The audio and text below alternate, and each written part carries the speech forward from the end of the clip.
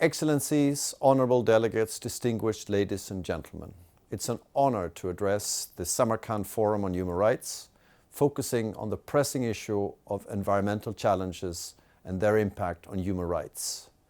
Having recently started my functions as the EU Special Representative for Human Rights, it is indeed of great importance to join you on this occasion and address these matters of universal relevance. I want to extend my high appreciations to our host from Uzbekistan for organizing this timely discussion. I would also like to wish productive deliberation and all the success to another important event that is currently ongoing in Tajikistan, the third Dushanbe Water Action Decade Conference.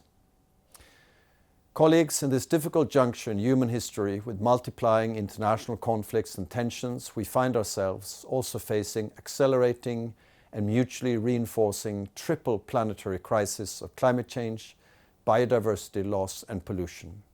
It's by now an established fact that these crises not only pose an existential threat, but have substantial negative effects on the effective and full enjoyment of human rights, including the rights to life, food, health and water, affecting security, inequality, violence and discrimination within and between nations and generations. All these interconnected and self-accelerating challenges demand comprehensive, integrated solutions through enhanced multilateralism and both global and regional action. Extreme weather events such as heat waves, floods and droughts increasingly claim lives and disrupt agricultural production, food security and water resources. Especially worrying is the disproportionate impact that these triple planetary crises has on the most vulnerable. Small-scale farmers face threats to their livelihoods, and the health of children and the elderly is particularly at risk. In many regions, women and girls bear an increased burden. The European Union strongly believes that addressing these triple crises is essential for better human rights enjoyment. But there are two sides to every coin. Since the societies respecting and upholding human rights are more resilient and better prepared to respond to these new trials of our time, which alongside environmental and climate crisis include risks emerging from digital technologies and artificial intelligence. A commitment to inclusion, democracy, checks and balances, independent justice systems, equality standards, health and education all form the bedrock of a healthy society, societies that are equipped with the appropriate tools to better cope with these issues. The EU strongly endorses the right to a clean, healthy and sustainable environment, which were recognized by the UN Human Rights Council and General Assemblies as a human right, understanding its significance in safeguarding human well-being and dignity. As we further develop this concept, it's crucial to establish a solid legal basis that allows individuals to hold governments accountable for environmental and human rights protection. And in this context, it cannot be stressed enough the significant role of the national human rights institutions, a vibrant civil society, and daring environmental human rights defenders, who are creating bridges between the people and the state, and who are the main link between international standards and domestic policies. We are committed to promoting a human rights-based and gender-responsive approach to climate action. Through our Action Plan on Human Rights and Democracy, we support measures to mitigate environmental degradation, biodiversity loss and water scarcities, high risk on human rights. Our approach prioritizes labor rights, human rights and environmental protection, closely working with and supporting local civil society organizations and environmental human rights defenders to ensure that the green transition is not only sustainable but also just.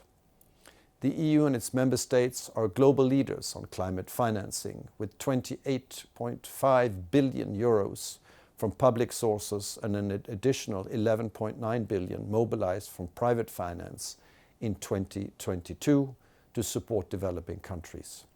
Since the EU Central Asia Connectivity Conference for Sustainable Development held here in Samarkand in 2022, we have launched 2 EU Global Gateway flagship initiatives on water, energy and climate and on digital connectivity, Both have the potential to further contribute to Central Asia's just green transition. A concrete successful example of our joint work and cooperation with Central Asia countries comes from the Uzbekistan and Kyrgyzstan's membership in the EU Generalized Scheme of Preferences Plus, GSP Plus, which provides special incentive to pursue sustainable development and good governance by allowing them to trade with no tariffs on 2/3 of all products, while at the same time encouraging them to effectively implement 27 international conventions on human rights, labor rights, environment and climate, and good governance, as well as to better cooperate with UN monitoring bodies and with the EU's monitoring activities. The EU is eager to continue its well-established cooperation with Central Asia countries on these crucial issues, both bilaterally and within the multilateral fora.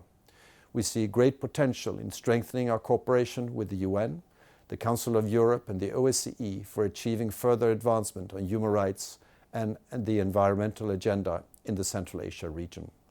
A good example is the Spring School on Human Rights and the Environment for law students from the Central Asia region, organized within the framework of the Action Help in Central Asia within the Central Asia Rule of Law program, a joint initiative co-funded by the European Union and the Council of Europe.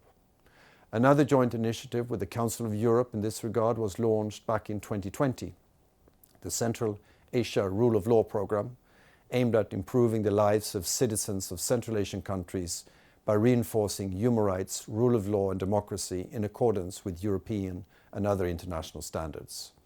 We are steadfast in our commitment to promoting a human rights-based approach to climate action. This includes procedural environmental rights, such as access to information, public participation in decision-making, and legal remedies. In this context, we continue to encourage the adoption and accession to regional agreements like the Aarhus Convention and the Escazú Agreement to ensure these rights are upheld globally. The interdependence between human rights and environmental health is clear. The challenge we face in this regard may be daunting, but they are not insurmountable. Through solidarity, cooperation, and unwavering determination, we must work together and move forward to address these crises in a comprehensive and integrated and a just way, leaving no one behind. We look forward to continuing the discussion on these crucial issues during our upcoming human rights dialogues with Uzbekistan and Turkmenistan in the following weeks. Thank you for your attention, and I wish you a productive deliberations. Thank you very much.